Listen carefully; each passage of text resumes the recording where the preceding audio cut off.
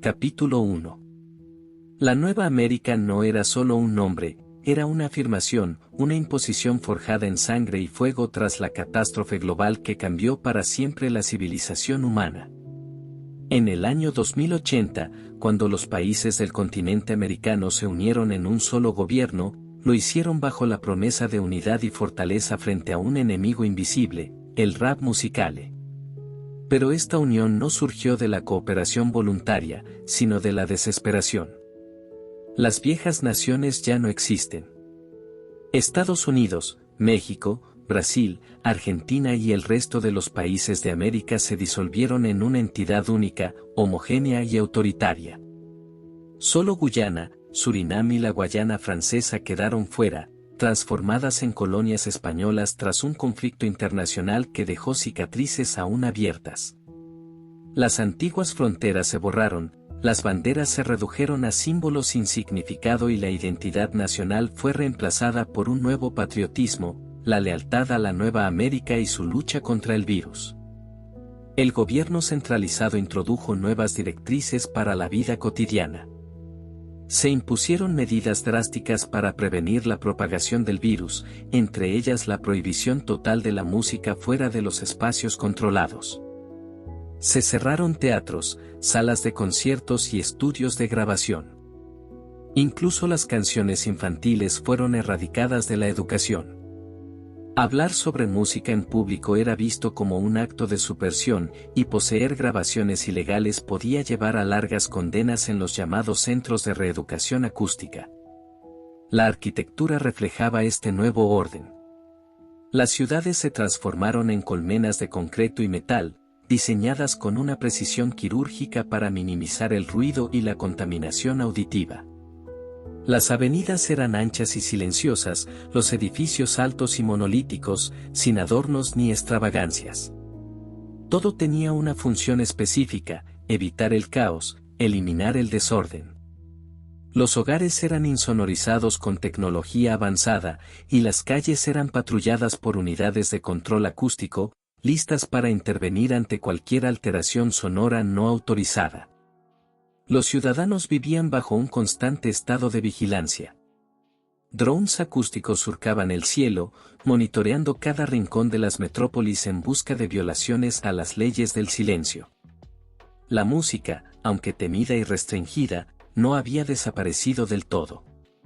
En los laboratorios de P.O.P., la organización encargada de combatir el virus, científicos y artistas trabajaron en secreto para comprender el poder que una vez tuvo el sonido sobre la mente humana. En medio de este mundo frío y regulado, un hombre se destacó por su visión implacable y su determinación inquebrantable: Samuel Hargreaves. Era más que un líder, era un arquitecto del futuro, el cerebro detrás de P.O.P., Protección Ofensiva Partisana, una organización nacida en la clandestinidad en el año 2050, y que, con el tiempo, se convirtió en una de las instituciones más poderosas del gobierno de la Nueva América. Samuel había sido un científico militar antes del brote. Cuando el virus comenzó a propagarse, comprendió antes que nadie que la única manera de combatirlo era con medidas extremas. Mientras otros intentaban contener la infección con diplomacia y normativas, él abogó por una guerra sin cuartel contra los cantores.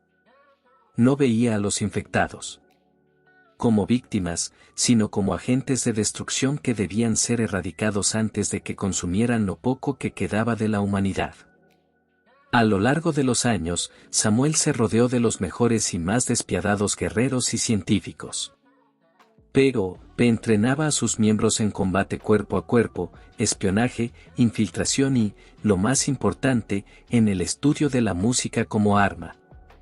No bastaba con eliminar a los cantores, era necesario comprenderlos, desentrañar los secretos del virus para destruirlo desde su raíz. El lema de Samuel era claro: si no puedes controlar la música te controlará a ti. Y fue bajo esta filosofía que Malcolm fue reclutado en sus filas. Malcolm Jackson nunca se vio a sí mismo como un soldado. Su mente se había inclinado hacia la ciencia, en especial hacia la microbiología y la neurología. Su fascinación por la música era un secreto que guardaba celosamente, pues incluso en su juventud, cualquier interés en los sonidos prohibidos era visto con sospecha. Su ingreso a P.O.P. no fue casualidad. Su trabajo en el estudio del RAVV Musicale lo hizo destacar en la comunidad científica. Había descubierto que el virus no solo afectaba la mente de los infectados, sino que también reconfiguraba su percepción del sonido. Los cantores murmuraban sus canciones favoritas sin cesar, pero a menudo olvidaban las letras y las reemplazaban con balbuceos incoherentes. Eran incapaces de tolerar cualquier música que no fuera la suya propia. Cualquier sonido ajeno los llenaba de ira descontrolada, obligándolos a atacar la fuente de la perturbación sin importar el costo. El descubrimiento más inquietante fue la existencia de los tarareos, una variante del virus que permitió a los infectados mantener su conciencia y autonomía. Pero los regresaron extremadamente intolerantes a los gustos musicales de los demás. Estos individuos llegaron a posiciones de poder, abogando por leyes más permisivas hacia los cantores y prohibiendo aún más el acceso a la música. Malcolm comprendió que el virus no solo era una enfermedad, sino una herramienta de manipulación social. Y si no se encontraba una cura, la Nueva América se hundiría en una dictadura del silencio, donde la música sería un recuerdo lejano, un susurro prohibido en los pasillos de la historia. Fue en medio de su desesperada búsqueda de respuestas que encontró un nombre en los archivos prohibidos de P.O.P., Michael Jackson. En los registros antiguos, descubrió que este artista había sido una de las figuras más influyentes de la música del siglo XX y XXI. Su impacto cultural era innegable, pero lo que más llamó su atención fue la estructura de sus canciones.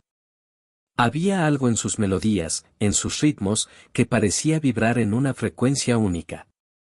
Malcolm comenzó a teorizar que el pop, un género extinto y prohibido debido a su efecto extremo sobre los infectados, podía contener la clave para revertir los efectos del virus.